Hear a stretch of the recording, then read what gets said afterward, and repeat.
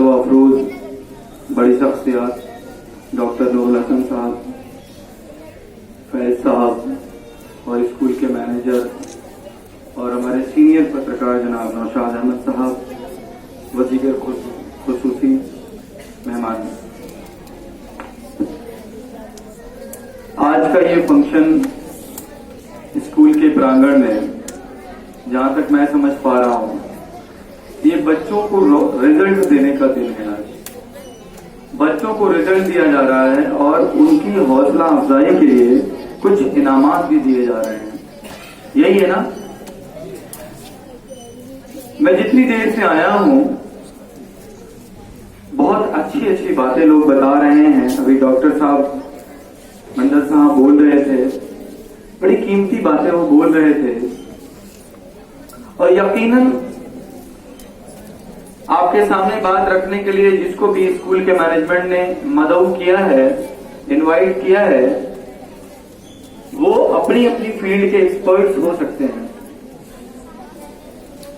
ये हमारे लिए बड़ा चैलेंजिंग हो जाता है जब कहीं पे खिताब करना हो, स्पीच देनी हो और सामने इतने छोटे छोटे बच्चे बैठे हों, तो बहुत मुश्किल होता है कि इन बच्चों से क्या बात करें हम,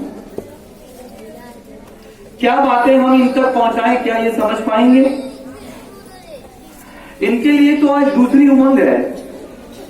इनको तो बस एक ही है कि जल्दी मुझे मेरा रिजल्ट मिले और मैं घर जाऊं, अपने मम्मी पापा को, अपने घर वालों को, अपने दोस्तों को ये बात मैं जल्दी से बता दूं कि मेरी पोजीशन फर्स्ट है, मेरी पोजीशन सेकंड है और मेरी पोजीशन ये है। तो ये बड़ा चैलेंजिंग है मेरे लिए और आई थिंक जो भी यहाँ पे बैठे हुए हैं सीनियर लोग, सबके लिए ये बड़ा चैलेंजिंग है कि हम इनसे क्या बात करें। और वाकई बात भी इन्हीं से करना है। इनके माध्यम से इनके गार्जियन से बात हो जाए ये अलग बात है, लेकिन आज तो सेंटर ऑफ अट्रैक्शन यही बच्चे हैं जिनके लिए ये प्रोग्राम किया गया है। मगर शायद ये बच्चे बात की उस गहराई को नहीं समझ पाएंगे। यही वजह है कि इनके साथ इनके गार्जियन को भी बुलाया जाता है, ताकि बच्चे अगर वो बात न समझ पाए, ना समझी की वजह से, बचपने की वजह से, तो शायद इस बात को उनके गार्जियन समझें और अपने तरीके से घर जाके उन बातों को अपने बच्चों को समझाने की कोशिश करें। जब भी हम किसी को रिजल्ट देते हैं और उसको यहां पे बुला के हम उसके गले में मेडल पहनाते हैं और सामने कोई फोटो खींच रहा होता है और कुछ लोग तालियां बजा रहे होते हैं, आप सोच नहीं सकते हैं कि उस समय वो बच्चा आसमान की किन बुलंदियों पे उड़ रहा होता है। इस समय वो बच्चे के मन में क्या क्या हसरतें फूट रही होती हैं, क्या क्या जिंदगी के सपने उसको आके खटखटा रहे होते हैं कि तुम बनोगे कुछ। उन बच्चे के दिलो दिमाग में वो सारी बातें गूंज रही होती हैं जो उसने डिफरेंट प्लेटफॉर्म से, डिफरेंट सोर्सेस से ये सुनी होंगी। स्कूल में टॉप करने वाले बच्चे ये बनते हैं, वो बनते हैं, यहां जाते हैं, वहां जाते हैं। मगर आज हमने इनको रिजल्ट दिया है, क्या हम इसकी थोड़ा सा एनालिसिस कर सकते हैं? हम गार्जियन, हम टीचर, हम मुंतजिमा committee, we all management people, can we do a small analysis कि क्या ये बच्चे जो यहां से आज इतने मोटिवेटेड होके जा रहे हैं, क्या इनका मोटिवेशन इनकी जवानी तक बना रहेगा? क्या ये बच्चों के मन में आज जो हसरतें फूट रही हैं, आज ये बच्चे जो दिन के उजाले में ये सपना देख रहे हैं कि मैं इसी तरह टॉप करूंगा और इंशाल्लाह मैं कुछ बनूंगा, क्या ये हसरतें, ये मोटिवेशन, ये सपना देखने की आदतें, ये एनर्जी, क्या इनको जिंदगी भर इसी तरह मिलती रहेंगी? ये जिम्मेदारी मेरी है, ये जिम्मेदारी बैठे हुए मैनेजमेंट के लोगों की है, ये जिम्मेदारी उनके वालिदैन की है। मगर नहीं, मैंने भी बचपन में, हम में से सबने बचपन गुजारा है और हम भी इसी तरह स्कूल और मदरसों में पढ़ के बड़े हुए हैं। आज डॉक्टर साहब भी बता रहे थे, ये डॉक्टर साहब भी बता रहे थे कि मेरे साथ पढ़ने वाले बच्चे इतने थे, मुश्किल से इतने बच्चे पढ़े। हम भी मदरसे में मुफ्तालों में पढ़े हुए हैं। मुझको भी याद है जब मैं 5 में पढ़ रहा था मदरसे में, तो मेरे क्लास में 80 बच्चे थे और वहां सभी मुस्लिम बच्चे होते हैं। और जब मैं 8 में गया मुंशी क्लास में, मैंने मुंशी भी किया है, तो मेरे क्लास में केवल 8 बच्चे बचे थे। और जब मैं इंजीनियरिंग करने गया इंटरनेशनल यूनिवर्सिटी से, बैनुल अक़वामी यूनिवर्सिटी से, जब मैं अपनी इंजीनियरिंग करने गया तो वहां मैं अकेला मुसलमान था। आखिर ये भीड़ जाती कहां है? हम रोज रोड पे बैठ के देखते हैं, हजारों की तादाद में लड़कियां लड़के स्कूल जाते हैं और आते हैं, वो सभी बच्चियां नकाब लगा के जाती हैं। आखिर वो जाते कहां हैं? हाई स्कूल हुआ, इंटर हुआ, वो गए कहां? जब रिजल्ट का टाइम आता है, नीट का रिजल्ट आता है, आईएएस का रिजल्ट आता है और टीचर बनने का रिजल्ट आता है, यानी किसी भी कामयाबी पे परचम लहराने का वक्त आता है, ये बच्चे जाते कहां हैं? कौन इनको हाईजेक कर लेता है? ये नंबर कहां गए? ये संख्या कहां गई? क्या सबने पढ़ाई छोड़ दी? सच्चर कमेटी की रिपोर्ट के बारे में डॉक्टर साहब बात कर रहे थे। वो सच्चर कमेटी की रिपोर्ट भी चिल्ला चिल्ला के यही पूछ रही है कि तुम्हारे प्राइमरी स्कूल और मदरसों में तो बच्चे भरे हुए हैं, आखिर हायर एजुकेशन में तुम जाते कहां हो? क्या व्हाट आर द फैक्टर्स? वो कारण क्या है? वो कौन से कारक हैं जो तुमको इतनी पीछे खींच ले जाते हैं? ये बच्चे इतने सारे बैठे हैं, जब ये अपनी जवानी को पहुंचेंगे, अपने हायर एजुकेशन को पहुंचेंगे, तो शायद एक दो पहुंचेगा। हम गार्जियंस का ये बहुत बड़ा टॉपिक है कि इस बात को सोचें बैठ के। और याद रखिएगा, जिस जमाने में तालीम सस्ती थी तो आप पढ़ने के बारे में नहीं सोचते थे, और आज तालीम इतनी महंगी हो गई है कि आप सोच रहे हैं तो सोच नहीं पा रहे हैं।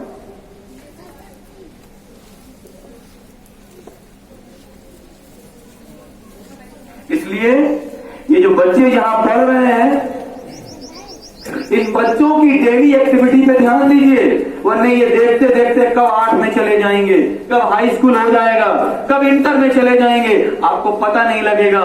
क्योंकि ये गार्जियन तो डेली की रोजी रोटी जुटाने में परेशान है। हम जब बड़े हो गए तो ऐसा लगता है ईद बहुत जल्दी जल्दी आती है, और जब बचपन में थे तो ऐसा लगता था ईद आ ही नहीं रही है।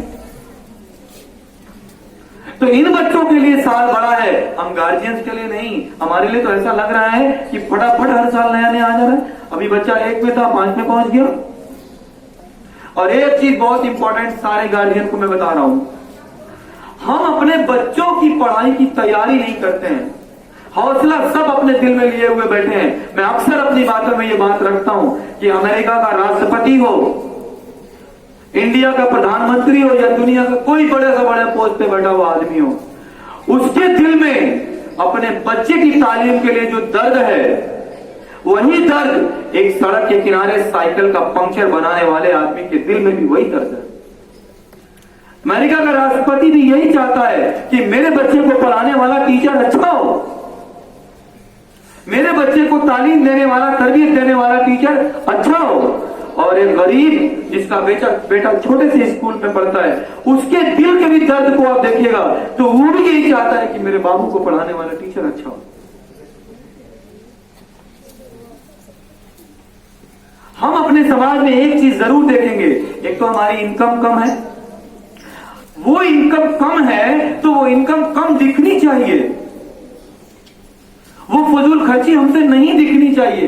ये बच्चा बड़ा हो रहा है, हम वालिदैन को ये सोचना चाहिए कि आज इसकी महीने की 600 रुपया फीस है, ये बढ़ते बढ़ते बड़ा होगा, हाई स्कूल में 1800 फीस होगी, जब ये इंटर में जाएगा तो 3200 होगी, और जब ये कोई अच्छा कंपटीशन क्वालिफाई करेगा तो इसकी फीस 50,000 होगी। क्या कोई भी हम में से बैठा इस बात की तैयारी कर रहा है? नहीं कर, लेकिन जज्बा सबको है पढ़ाने का। कितने बच्चे हैं जो हाई स्कूल और इंटर करके इसलिए पढ़ाई छोड़ देते हैं कि कई भाई बहन हैं, कैसे अखराजात पूरे होंगे। मगर हम इस बात के लिए तैयारी नहीं करते कि अगर हम आज कमा रहे हैं 5,000 रुपया, 20,000 रुपया, 15,000 रुपया, क्या हम इस बच्चे के नाम पे कुछ जोड़ रहे हैं? 500 ही रुपया क्या इसमें बच्चे के नाम पे पढ़ाई पे हम जोड़ रहे हैं? नहीं जोड़ रहे हैं। और अचानक जब ये बच्चा बड़ा होता है, कोई कंपटीशन क्वालिफाई करता है, बी फॉर्म क्वालिफाई करता है, बीयूएस क्वालिफाई करता है, बीटेक क्वालिफाई करता है, अचानक एक मोटी फीस लगती है और हम बिखर के रह जाते हैं। और फिर हम समाज से ये शिकायत करते हैं कि कोई हेल्प करने वाला नहीं था, मेरा बच्चा पढ़ाई नहीं कर पाया क्योंकि मैं माली हालत से कमजोर था। गलती आपकी है। कैसे मैं मानूं जी कि परेशानी है? अभी रमजान का दिन है, रात में आप उठाइए बाइक इमामगंज मोड़ से और रोजे तक जाइए, डेली 25-30 हजार का ये कौम कचालू और पापड़ खा जाती है। कैसे मैं मानूं कि पैसे परेशानी है? शर्म आनी चाहिए हमको अपने इस नए कल्चर पे। हमारे यहाँ एक हिंदू की दुकान है, वो रात को पूरी सब्जी बेचता है। वो कह रहा है हमको नहीं पता कि शब कदर क्या है, रात को जागते हैं और फिर सो जाते हैं, लेकिन उसको ये पता है। वो कह रहा है कि जमील सर आपकी शब कदर 20 होनी चाहिए थी, क्यों 10 ही है? तो मैंने कहा इसको कौन सा इंटरेस्ट है शब कदर में? तो कह रहा 20 शब कदर होती तो हर साल आधा मंडा जमीन हम लिखवा लेते। तो मैंने कहा क्यों? बोले शब कदर में 50-55 किलो आटा की हम पूरी सब्जी बेच देते हैं एक रात में। तो अगर 20 शब कदर होती, 5 की जगह 10 रातें होती, तो कितना बेचता? 100 किलो आटा की बेचता, इनकम उसकी डबल होती। कौन खाता है जी रात को? हम खाते हैं, आप खाते हैं। और कहते हैं कि हमारे पास पैसा नहीं है। पैसा है, अपनी फजूल खर्ची से बाज आइए। जब आप एक सिगरेट पीते हैं, 10 रुपए की गोल्ड फ्लैग पीते हैं, जब आप एक पुकार खाते हैं, रजनीगंधा खाते हैं, आप पान खाते हैं, तो 1 मिनट सोचिए उस चीज को लेके कि अगर मैं डेली का मेरा 50 रुपए का ये खर्चा है तो 30 दिन का 30 पांचे 1.5, 3 पांचे 1500 रुपया। अगर मैं ये 1500 रुपया सेव करूं तो मेरे बच्चे की साल की इतनी सेविंग होगी। मेरा बच्चा जब जवान होगा तो उसकी फीस का इंतजाम मैं करूंगा। मगर नहीं, हमेशा दूसरे की तरफ उंगली उठाना है कि फलाने ने मदद नहीं की हुई। अरे आप अपनी मदद नहीं कर रहे हैं, दूसरा क्या आपकी मदद करेगा? तो अगर आपको अल्लाह ने साहिब औलाद बनाया है, हमारे उलमा इकराम बैठे हैं, वही अल्लाह कहता है कि कयामत के दिन तुमसे तुम्हारे अहल व अयाल के बारे में पूछ होगी। तुम्हारे बच्चे जन्नत में जाते हुए रहोगे, दामन पकड़ के खींच लेंगे और शिकायत करेंगे यही बच्चे। अजी हमसे अच्छा किसके पास मजहब है? मगर हम लोग कुछ सुनने को रेडी नहीं है। पता नहीं किन हवाओं में हम उड़ रहे हैं कि कुछ हो जाएगा। याद रखिएगा, दुनिया में ना आज तक अपने आप कुछ हुआ है और न कयामत तक अपने आप कुछ होगा। इस इंतजार में बैठे रहिए कि कुछ हो जाएगा, कभी नहीं होगा, हलाक हो जाओगे, मारे जाओगे। अपने आप कुछ नहीं हुआ है, न होगा। दुनिया में जब जब कुछ हुआ है तो किसी ने कुछ किया है। आपका बच्चा पढ़ेगा, आपको कुछ करना पड़ेगा, और नहीं तो आपका बच्चा जैसे जैसे बड़ा होगा, घर की माली हालत को कमजोर पाएगा, आपका बच्चा एहसास कमतरी का शिकार होता जाएगा। इंफीरियरिटी कॉम्प्लेक्स उसके माइंड में डेवलप होगा और उसके मन में बार बार ये बात आएगी कि मेरे पापा इससे गरीब हैं, मेरे घर इससे कम पैसा है, मेरा ड्रेस इससे अच्छा नहीं है। और एहसास कमतरी वो फैक्टर है जो इंसान को कब्र तक खींच ले जाएगा। कहीं खड़ा नहीं हो सकता है किसी के मुकाबले में। मैं बार बार ये बात बड़ी मजबूती से रखता हूं कि इंग्लिश मीडियम में पढ़ने वाला बच्चा और हिंदी मीडियम में पढ़ने वाला बच्चा, दोनों में कॉन्फिडेंस का जमीन आसमान का फर्क होता है।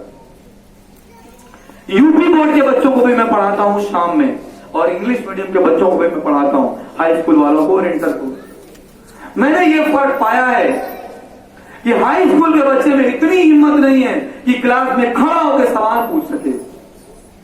इतना इंफीरियरिटी कॉम्प्लेक्स, इतना एहसास कमतरी का शिकार है वो। अपनी बात रखने में शर्म आता है, अपनी बात रखने में उसको डर लगती है। क्या वो जिंदगी की इन कॉम्पिटिशन्स में लड़ पाएगा?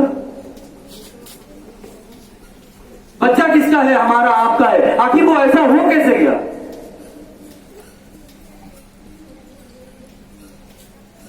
बच्चा स्कूल जा रहा है, आ रहा, आपको कोई मतलब ही नहीं है। लेकिन हाँ, अगर आपने बच्चे को भेजा है कि ये वाला बिस्किट लेके आओ और बच्चा गलत बिस्किट लेके आता है, आपने बोला बेटा ये सर्फ लेके आओ, बच्चा गलत लेके आता है, चीनी ये लेके आओ, खराब लेके आता है, आप तुरंत उसको डांट लगाते हो, रिटर्न करते हो। कभी आपने उससे पूछा स्कूल गए थे 6 महीने से क्या हो रहा है, क्या लेके आ रहे हो? न स्कूल कुछ बताता है न तुम कुछ बताते हो, हर साल पास होते जा रहे हो, पास होते जा रहे हो। कुछ फर्क लग रहा है आपको? नहीं, बच्चा पढ़ रहा है। और जब आएगा बात करने को, सर जमील भाई क्या बताएं, स्कूल में पढ़ाई नहीं हो रही है।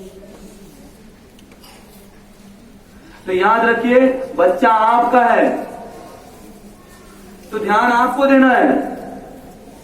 यही बच्चे बड़े होंगे और यही अपने डॉक्टर साहब ने कहा, किसी भी कौम की जो फ्यूचर होता है वो बच्चे होते हैं। हम इन बच्चों पे ध्यान नहीं दे रहे हैं। यही मैं तो एक बार मुस्लिम में की स्पीच में मैंने कहा था कि आज 99% वालिदैन को अपने बच्चों से शिकायत है। क्या ये बच्चे आसमान से जवान पैदा हुए थे? क्या ये जो जवान कौम घूम रही है, जो अपने माँ बाप की नाफरमान है, क्या ये जवान पैदा हो गई आसमान से? आप ही की गोद में इन्होंने खेल खेल के ये जवान हुए हैं और आप ही की नुमाइश में, आप ही की देख रेख में इनकी जवानी हुई है। आप ही की नजरों के सामने इसने परवरिश पाई है, तो इसके बिगड़ने के जिम्मेदार भी आप ही हैं। तो शिकायत मत करिए, जैसा पौधा बड़ा हुआ है वैसा ही फल आएगा। आपने बबूल बोया है तो सेब की उम्मीद मत रखिए। इसलिए मैं आप लोगों से बहुत मुअद्दबाना गुजारिश कर रहा हूं कि अपने बच्चों के दिनचर्या पे ध्यान रखिए। स्कूल पे आप लोग डाल देते, स्कूल में पढ़ाई नहीं हो रही है, स्कूल वाले कर रहे हैं। अभी देखिए किसी स्कूल का वीडियो वायरल हो रहा था, गार्जियन कह रहे हैं कि स्कूल वाले कर रहे हैं कि आप लोग घर पे पढ़ाते नहीं, इसलिए बच्चा फेल हो जाता है। गार्जियन कह रहे हैं स्कूल भेजते कि आप लोग पढ़ाते नहीं है। स्कूल के कहने का मतलब ये है, इंस्टीट्यूट के कहने का मतलब ये है कि बच्चा 6 घंटा मेरे यहाँ रहता है, 4 घंटा आपके पास रहता है। थोड़ा ध्यान दीजिए। नहीं है तो कम से कम स्कूल के मैनेजर से मिलिए, स्कूल के टीचर से मिलिए। अगर आप पढ़े लिखे नहीं है कि बाबू क्या पढ़ रहा है आपको समझ नहीं आ रहा है, लेकिन ये तो आप देख सकते हैं बाबू दिन भर में कई घंटा बैठ के पढ़ रहा है, कितने सवाल लगा रहा है, पढ़ रहा है कि नहीं पढ़ रहा है, रात में कब घूम के आ रहा है बाहर से, 12 बजे घूम के आ रहा है, 10 बजे घूम के आ रहा है, कि ऐशा पढ़ के घर में आके स्टडी कर रहा है, ये सब तो आप देख सकते हैं ना।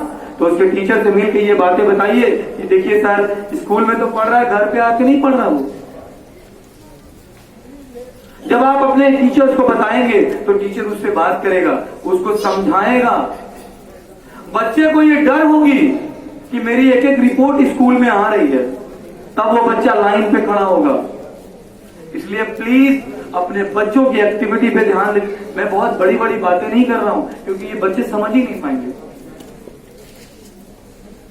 और मैनेजमेंट को मैं एक मशवरा देना चाहूंगा कि आप लोग जो टीचर आपके यहां पढ़ा रहे हैं, सबसे मुश्किल है छोटे बच्चों को पढ़ाना। छोटे बच्चों को एजुकेशन देना सबसे मुश्किल काम है, टफेस्ट जॉब। इसलिए जो टीचर इनको पढ़ाते हैं, स्कूल ये जिम्मेदारी समझे कि टाइम टू टाइम इन टीचर्स की ट्रेनिंग करवाए। क्यों? क्योंकि जो टीचर इन बच्चों को तैयार कर रहे हैं, उन टीचर को कौन तैयार कर रहा है, ये बहुत बड़ा क्वेश्चन है। ये टीचर ग्रेजुएशन कर लिए, बीएससी कर लिए, बीकॉम कर लिए, एमए कर लिए, आप क्या रिज्यूम दिए, आपने इंटरव्यू दिया, सिलेक्शन हो गया, ये पढ़ाने लगे। क्या जिंदगी में कभी इन्होंने एज ए टीचर ट्रेनिंग लिया है? बोलिए।